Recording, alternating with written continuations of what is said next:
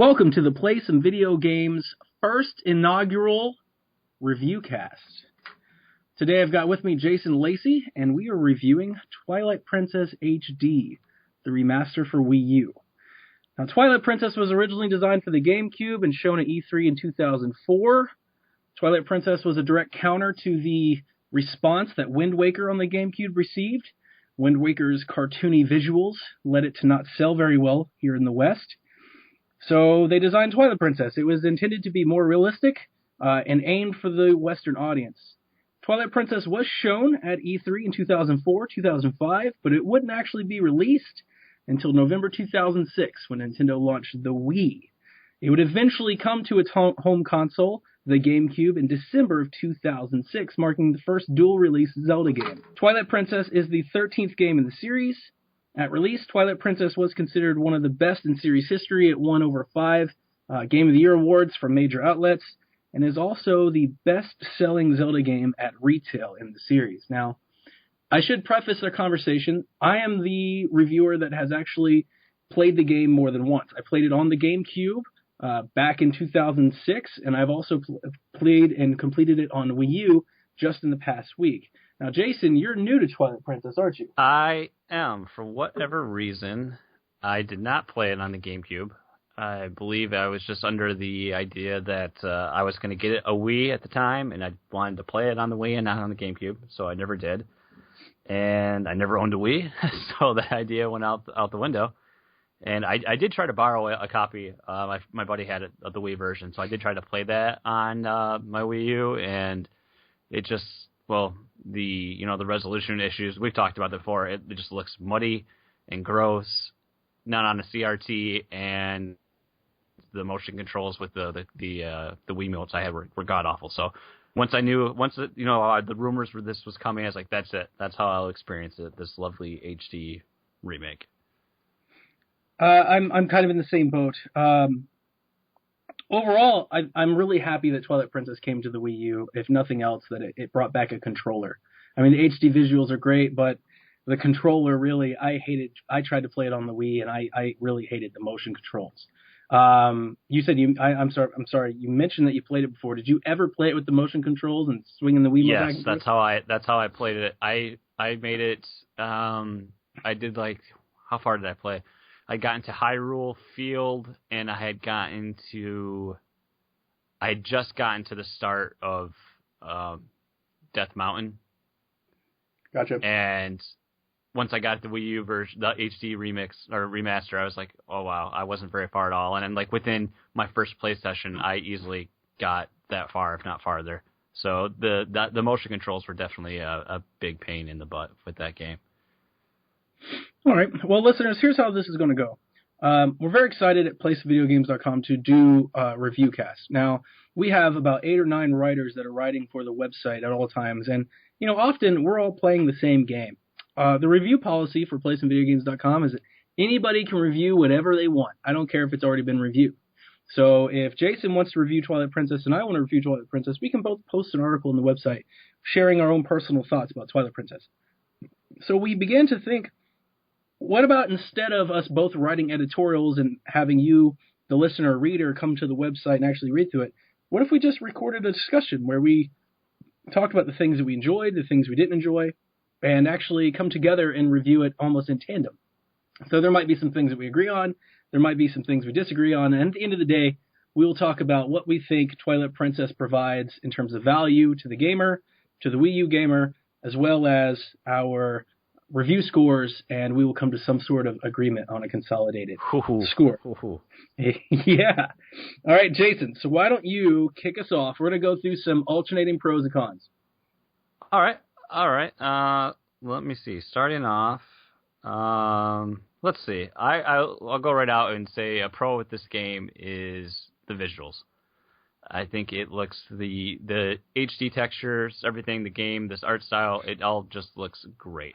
This was my first realistic Zelda I've gotten to play, and it was worth the wait. I think it looks great. I think there's several times while you're playing this game that you'll come into an area or you'll enter a room and you just have to stop and spin the camera around and marvel at what's before you.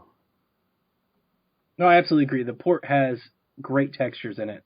Wind Waker is the first Zelda game to ever come to HD visuals. However, I would argue that Twilight Princess should hold that because, I mean, the Wind Waker's cartoon style, all it's really doing is up-resing. There's no new texture work or new features or new modeling going into that game. That game was beautiful in its own right before any of that work. Twilight Princess needed some work.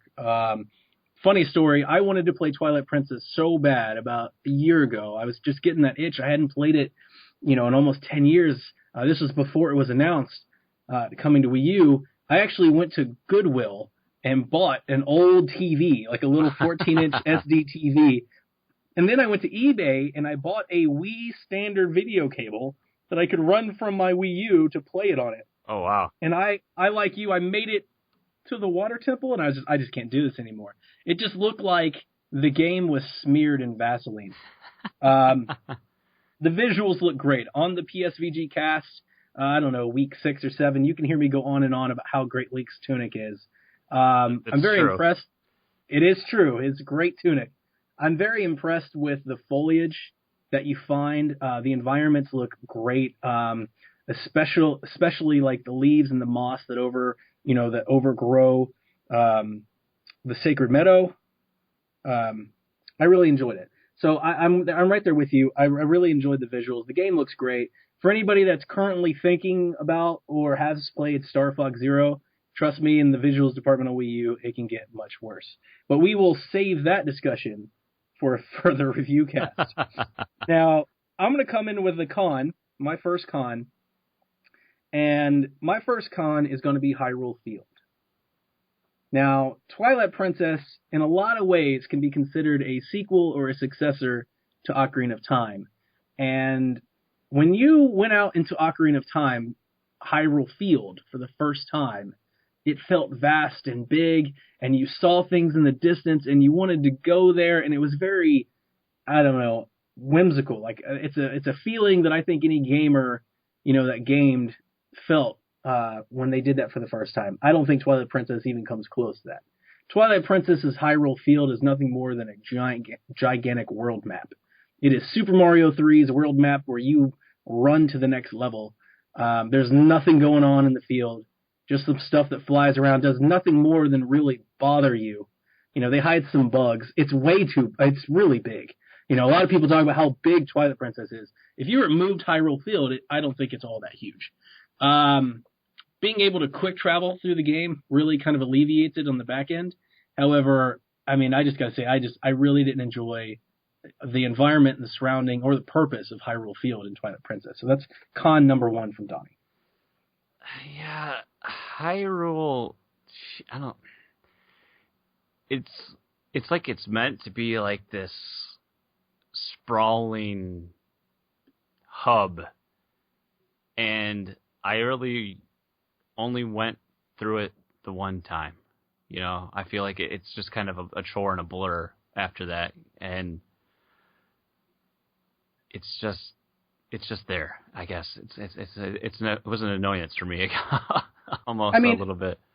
The one thing that I can understand about it, just to play devil's advocate, is the horse combat. To do the horse combat, especially the King Bulbin fight, you needed this gigantic space because, let's be honest, the horse controlling opponent in this game is, not as good as it probably could be. So definitely in that regards, I can understand that. I just wish they put, why wasn't a Kakariko village or something put in the middle of the field? Like kind of the castle is, but it's not really because you kind of have to run off to the side to come back in. And, like why weren't things more situated? Why wasn't the field all encompassing as opposed to a connector? I kind of felt like the field is the hub, whereas I'd much rather the castle be the hub and the field be, the entire cell that everything else resides inside of. But I don't know. Maybe that's a dumb con. I'll switch over to my pro. One of my pros, one of many. And so I already mentioned the controls, and I'll bring them up again. The gamepad controls are fantastic. Zelda was meant to be played on dual screen gaming. I don't know what the NX has in store for us, but I can tell you if it goes back to the way things used to be with a controller and a TV screen, Zelda fans are going to feel left out because it's going to be really, really hard to go back to playing Zelda without having a map at your disposal, your inventory at your disposal, being able to switch items on the fly on your disposal, and have buttons and sticks and triggers all in your, all within reach of your thumbs and fingers. In addition, because I already mentioned this, just to tack something on to the gamepad controls, who doesn't love dual wielding claw shots?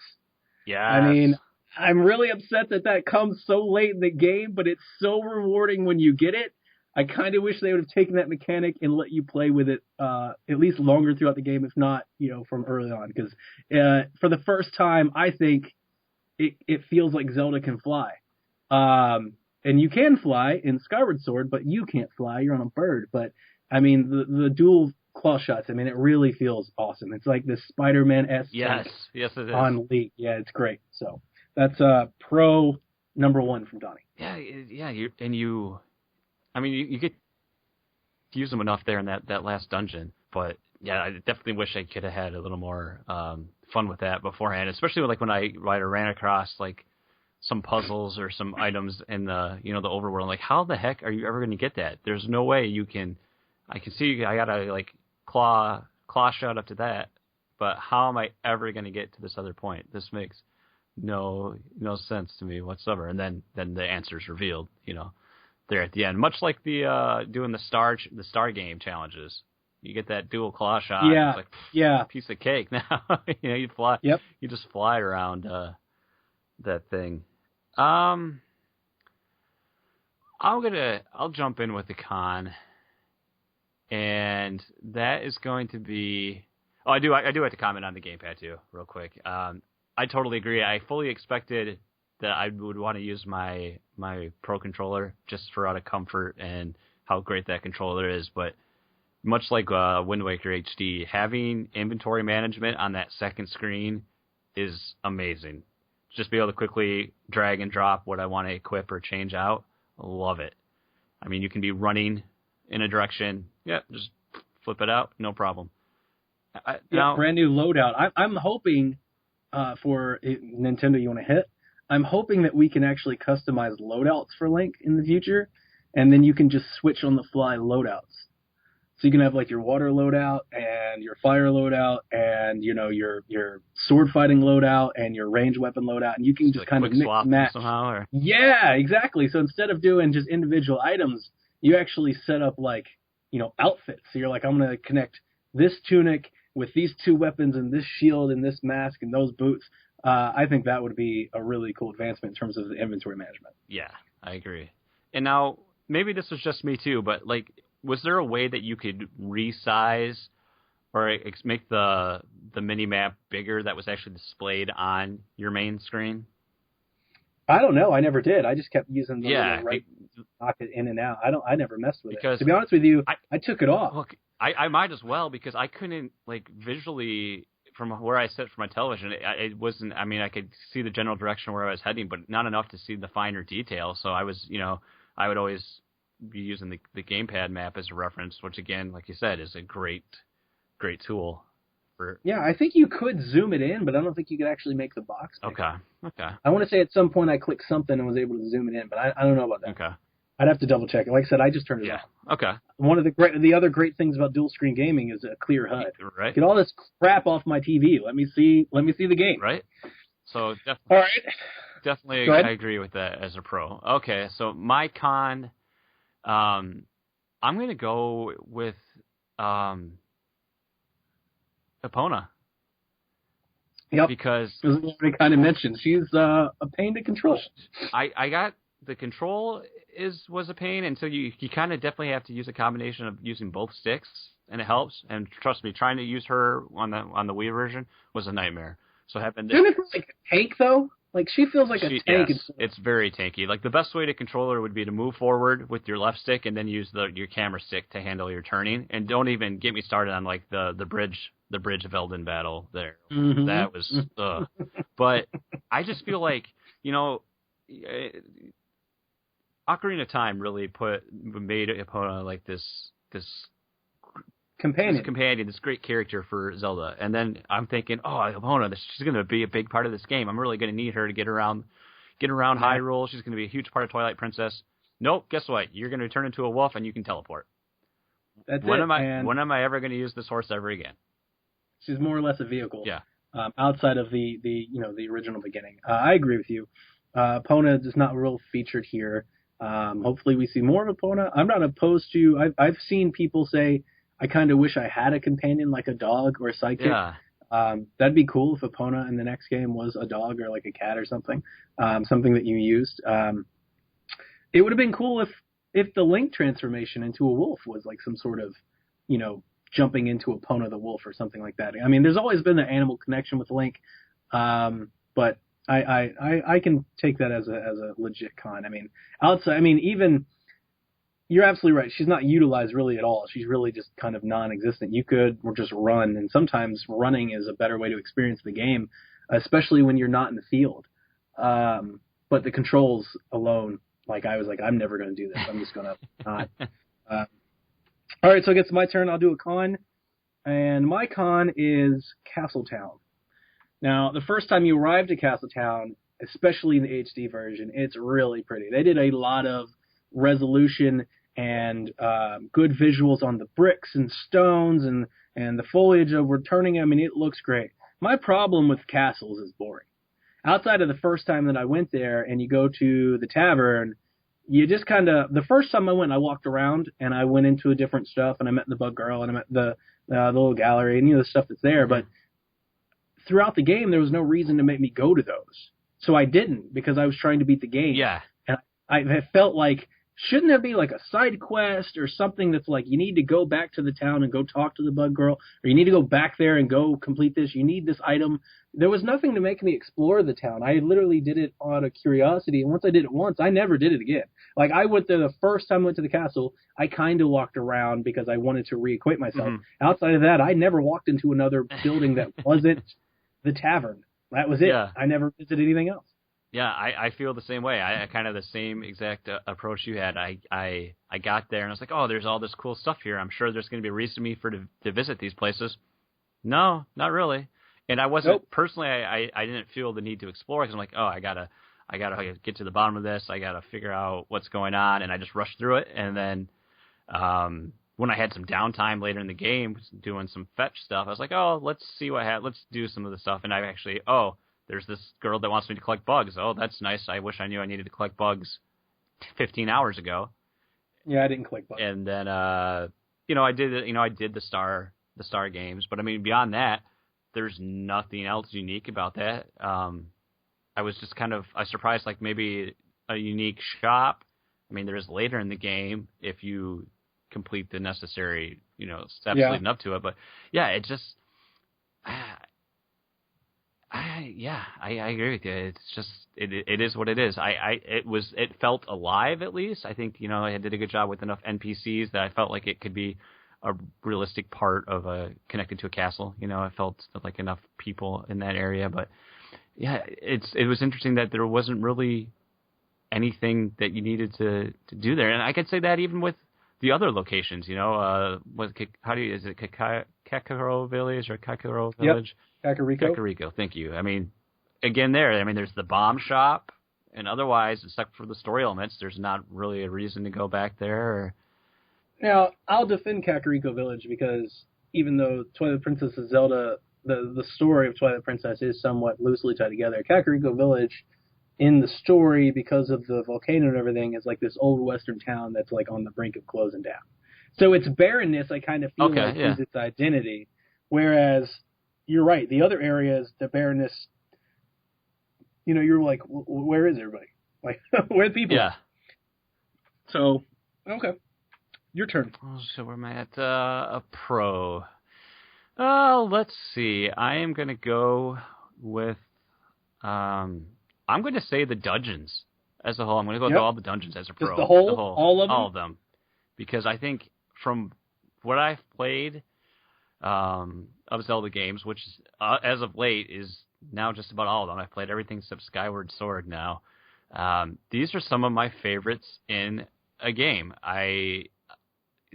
for the ones that might be negative that people may not like, I think there's enough balance to reward that. And I would think easily my favorite Zelda dungeons have been in this game now. Particularly, I'd say I really enjoyed. I really enjoyed the Fire Temple, but I think which is the one when you get the clock. What would you call that? It's the clockwork spinner thing that you ride on. What is that actual item's name? Oh, okay. It is called the spinner. The spinner. Which dungeon is that you get that in? I just remember the boss. Is it the Arbiter's Grounds? I think that's it. And that's okay. just... I'm going off a total memory here. I don't have any notes or anything in front of me, folks. Like, for me, like, all these dungeons had names, and I just like to call them, like, well, this one's snow, this one's, Exactly. But I love that boss fight. You're riding along the sides of it, and then you have to, like, jump from side to side and then hit the boss, and then I just remember having so much fun with that boss fight. But I just like the variety that we saw with the bosses, the layouts of the dungeons, and that's how I like played this game. It'd be at the end of, I'd get to a dungeon, I'd stop playing, and the next day, unfortunately for me, the next time I'd be playing, it'd be like 9, it'd be like about 10 o'clock at night. I'm like, I'm just gonna do this dungeon, and then I'll go to bed. 1:30 rolls around, and I finish the dungeon. But that's how I didn't want to stop mid dungeon. I wanted to. When I started the dungeon, I was like compelled to play them through their completion. So I love everything that came with it, like the item usage in the dungeons, the boss battles. It was just a lot of fun. Now the water temple was a little frustrating, but I did get through that. But it was overall a good experience. The water temple, I think, is my least favorite Zelda dungeon in any Zelda game ever. Is the lake bed temple in Twilight Princess, and it's not because I found it hard. A lot of people remember when they were kids trying to play the water temple in Ocarina of Time, and they were like, "Oh, it's so hard." It's really not. If you know what you're doing, like once you beat that temple the first time, you're like, "Oh man, that was so stupid. It was right in front of me." Get a compass, folks. Get a compass. Check the map. I agree with you. The temples in Twilight Princess are fantastic. I think my favorite is the Temple of Time.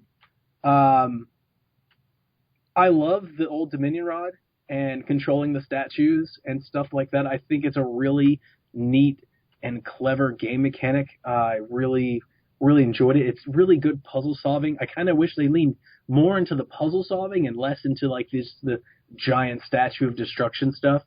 I really enjoyed the Forest Temple. I think Twilight Princess Forest Temple is the best forest or first temple in a Zelda game, like in that linear path of games. The Forest Temple, the Deku Tree, all that stuff has always usually been really easy. You get to learn the stuff. And the Forest Temple's not hard, but that's a pretty big dungeon to get out of the gate. Mm-hmm. I think one of the cons of the game is that it takes a long time to get into it, mainly because of the first 5 or 6 hours you're in Ordon Village and the Forest Temple. But in the Forest Temple, you get to swing off of monkeys, and you get the Gale Boomerang, which is one of my favorite Zelda inventory items, weapons in the entire series. I wish that boomerang would come to other Zelda games in the future. I really enjoyed that one. The Arbiter's Ground, the spinner, is really good puzzles. Good quick time, esque, like you got to jump at the right time to keep going. I really love the Snow Mansion, the Yeti Mansion. I think that's one of my favorite fetch quests because that's really that entire dungeon is a giant fetch quest. But they wrap it in a dungeon and you fight things as you go through and you keep opening up corridors and hallways. And by the time you get to the end, I felt like that one it takes some time to get through it, but it doesn't feel really long. I'm not a big fan of the City in the Sky. I think it's awesome that you get to dual wield stuff, but I do think it wears out its welcome. Yeah. And by the time I got to Palace of Twilight, I was like, all right, folks, let's move it along. I got it. We're gonna do our stuff. Do you have a favorite? Would you say? I think the Temple of Time is my favorite. I think that is mine as well, just because that experience of it's beautiful. Yeah. It's absolutely gorgeous. The walking through the door and you feel like you're back in time. It has color, but it doesn't. It's got this filter over it. I mean, I really, really, really love that temple. My favorite boss is Zant. It's probably my favorite boss in any Zelda, just because, well, throughout the game, he's absolutely hilarious. And then at the end, his battle is fantastic. I mean, you go all out when you fight Zant. It's kind of like a culmination of everything you've done, spoilers aside. I really enjoyed that. My pro that I go to real quick because it kind of weaves in, a pro that I had, and I'm going to do two because we want to move the conversation forward. I have the environments. I really love the environments of Twilight Princess. I love walking around the Sacred Grove. It's one of my favorite locations. Lake Hylia in Twilight Princess is great. So is the swimming mechanic. They nailed swimming in Twilight Princess. The approach that you have to get down to the Lake Bed Temple is great, even if the temple isn't. I really enjoy those aspects. And then my final pro for the conversation will be the characters. I loved Midna and Colin and Ilya and Talo. I love Dark Nut. When you fight him and get the ball and chain, that's a stressful moment. Like that dude will get you. Yes, I struggled with that guy for a bit until I finally, I think I was timing my hooks in the wrong position, and so he would actually get me, he would hit me as I was trying to zip past him. As you were trying, I just roll. I did the roll and spam method. Oh, okay. I just kept rolling and rolling and rolling until I got behind him and then spam the B button until you get him. I love Russell. I think it was cool that Link had like a somewhat of a mentor, like a hero to call from the beginning of the game. Yeah. You know, the Ordon village that you wake up in is beautiful. You get to walk around these fountains and stuff. I really thought you would, at some point, the story would kind of bring you back there too, and you'd have to go back there for some purpose, or there'd be a reason to go back there. But except your first experience as, the wolf, that you don't. Yeah, you're right. I mean, you do go back.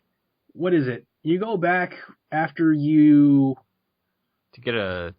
What do you get? You get in the. You go back to go to the Temple of Time to get the Sacred Grove. Yeah. But you don't necessarily go to Ordon Village. Mm-hmm. You more or less go up to the side path. But you're right. And I love Midna and Zant.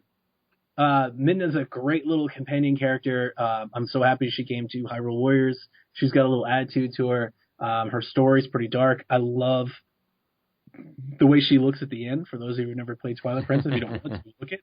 But, a lot of people, when you say Midna, the first thing they think about is the girl that rides on the wolf. And spoilers, that's not who Midna is. So I really enjoyed that. And then, like I said, Dark Nut and the bosses, the Yeti's wife is great. Yes. Then the boss at the end is fantastic. I would agree with you because I think of I'm gonna go for the next Zelda game I've had the most time with, and maybe this is just because maybe Twilight Princess is just so on my mind, but like Wind Waker, a lot of that supporting cast I don't really remember. Well. I mean, yeah. I mean, yeah. You've got obviously you've got the boat itself. The King of Red Lions. That's it. But I mean, besides Tetra, I mean, everyone else just kind of and the snot kid. I mean, you can't forget about the snot kid. I was going to say, I think even though it's minor, I think his sister and grandma play a big role. I mean, that's the first time Link has like family, you do get that sense. That's true. That he's going for something. But this, in Twilight Princess, the one thing that I love about Twilight Princess, as I said, we're going to move it forward. I'm going to go right back. I love its simple story. Like, it has a story. It doesn't go out of its way, a la, hey, Skyward Sword, talking to you, to tell you what you're doing and why you're doing it and why you're doing it and why you're doing it. It's like, look, the world's a bad place. You're capable of doing it. You got these people that love you. Go on about your adventure. And you get little bits in the narrative, but it's really small and minor. I mean, it's like small compared to Ocarina of Time had cut scenes about the goddess and everything. You don't really get a whole lot of that here. You just kind of keep going. I kind of like it. It's almost like it's sped up in that manner, maybe because the game's so long. My final con for the game is the padding. And I think that's a big problem with the game. The number one thing that I would bring up, the game just feels padded down. I mean, every area in the first half of the game is twice as long because you got to go and collect all these tiers as the wolf before you can talk to the person, Right. before you can go to the temple. And literally, you could strip all of that out of the game and it would not impact the experience. Yeah. like at all. You just take it out. And people would play it and they'd be like, yeah, I didn't even realize it. It didn't even matter. Because it doesn't. It doesn't matter. I love the wolf mechanic. A lot of other people say, oh, I didn't like to use a wolf. That's just people adverse to change. I think being the wolf is cool. He's got cool attacks. I love the wolf is a definite pro for me. At first I was kind of skeptical of that, but after a few, you play it for a little bit, I was like, wow, that is actually really, it just adds a nice, total different dynamic to the gameplay. Yeah. Especially later on when you have to complete puzzles as both, right? When you have to reach higher ledges and be nimble as the wolf, but then get out so you can attack with the sword and shield as Link, and it really ties the characters together. I just think it takes way too long to get there.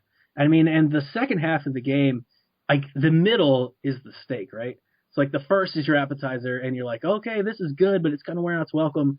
And the middle, when you get to the Lake Bed Temple and the Arbiter's Grounds and the snow and the Temple of Time, you're like, man, this is great. And then the end, it's just like, I'm full.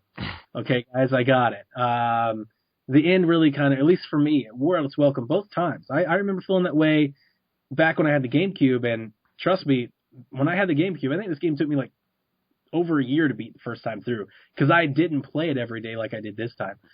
It took me, I had it written down somewhere. Hang on. 38 days to beat the game, and it took me 48 hours and 46 minutes. So, Jason, do you remember how long it took you to beat the game? I was right around 33 or 34 hours.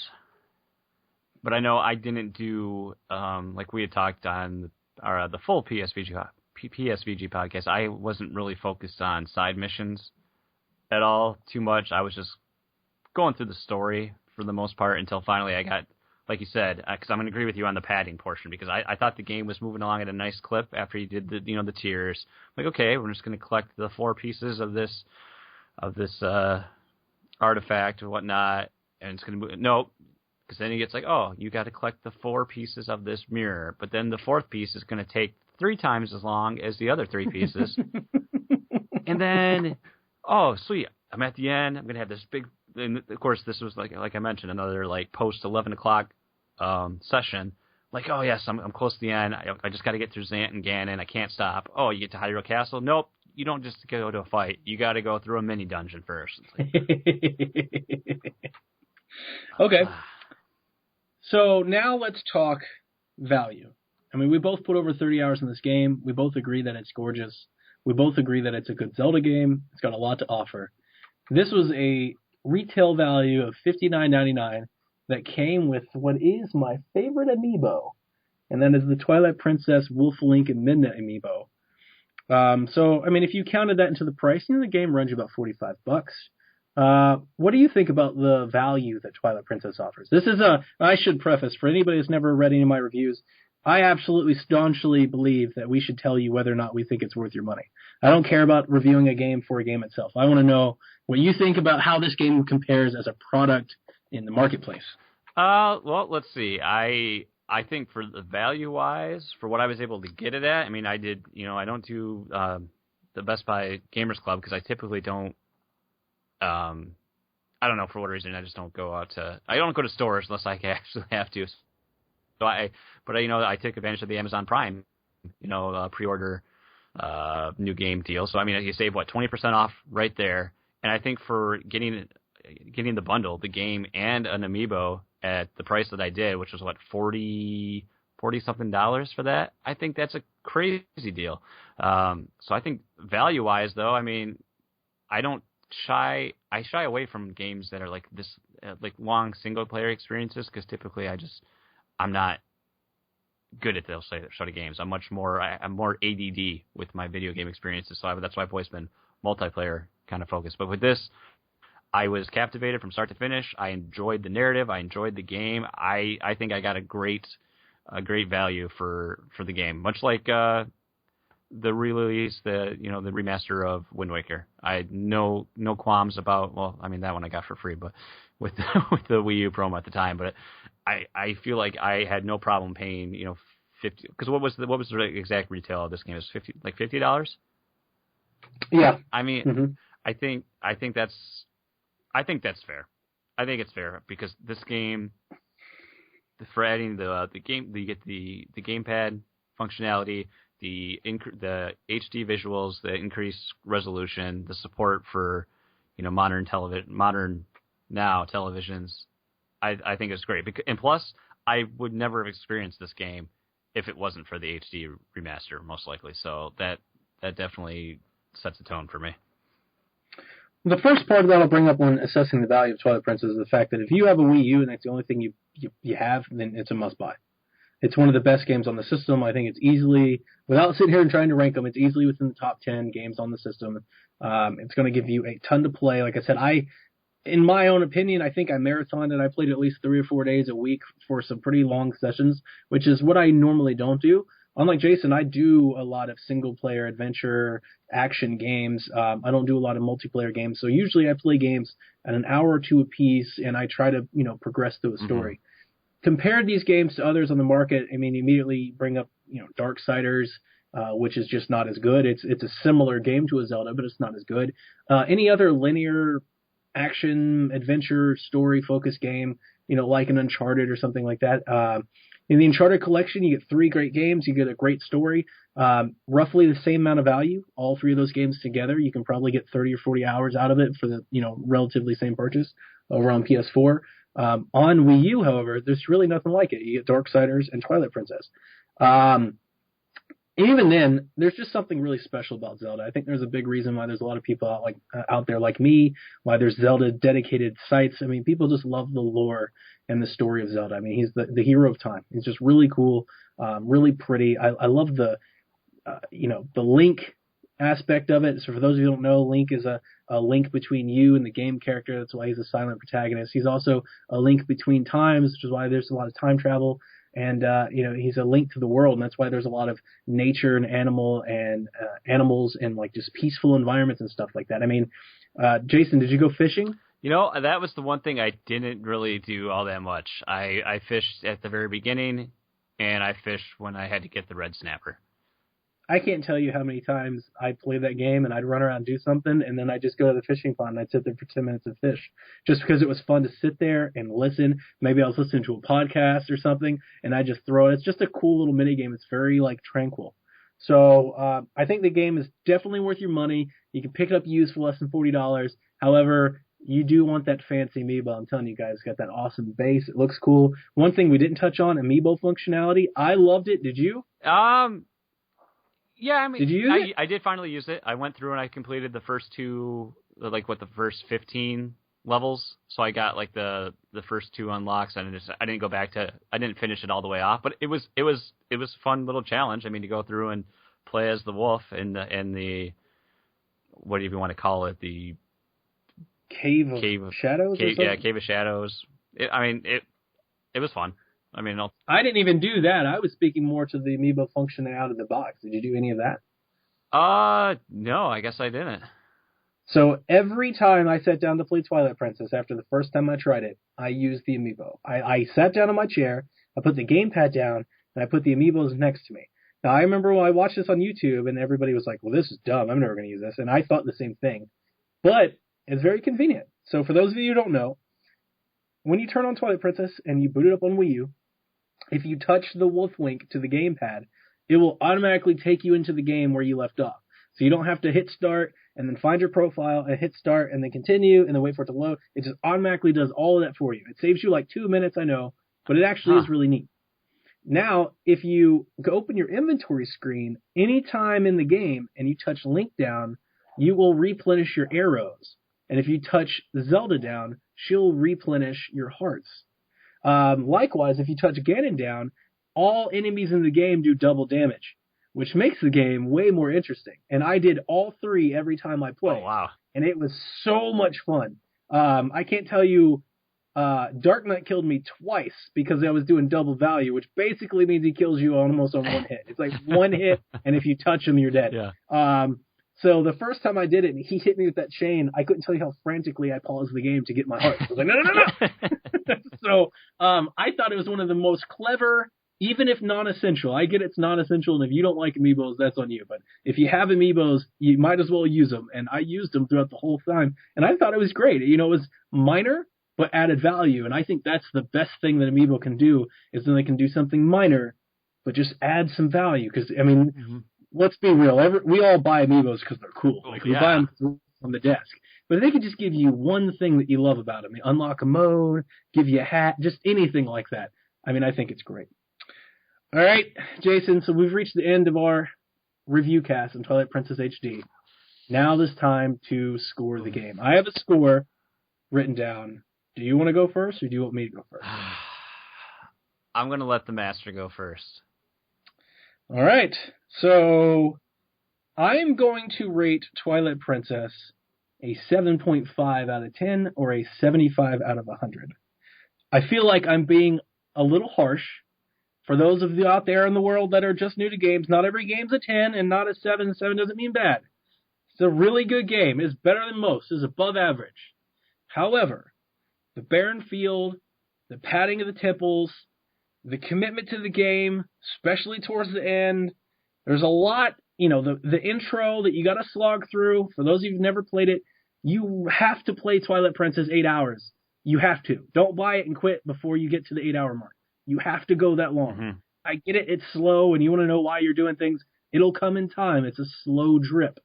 So because of these factors that I think could have been addressed in the remaster, I wanted to knock it a little bit down than what I would say. I would love to tell you that this is a great 8.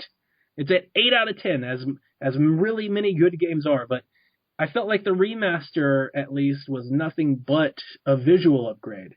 Very minor tweaks to the gameplay outside of the gamepad implementation, which is good, but it could have been better. Very fair enough. Very fair enough. I've kind of gone back and forth on how I felt about this, and I think I have to go with my gut, and that is right along what you just said, was an 8 out of 10 or an 80 out of 100.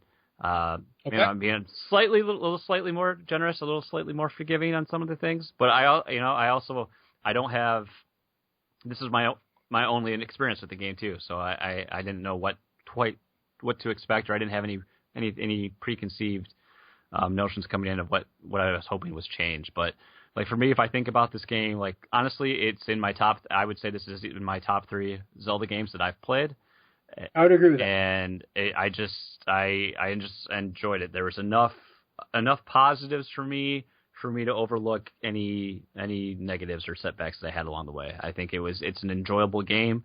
You can easily play any Zelda game without any other Zelda experience, but it does enough to further the lore of Zelda to make you feel like you're playing out this legend of this hero. And I think what I always liked the best about it is it made each boss fight really felt like an experience, especially at the end. They all felt like these cinematic battles that were just fun to play out. And I felt when all was said and done, I look back and I feel rewarded with the effort I put in, that I actually finished a game that took me 30 plus hours to sit down and do, and I had an overall a rewarding experience because of that. So for that, I give it an 80.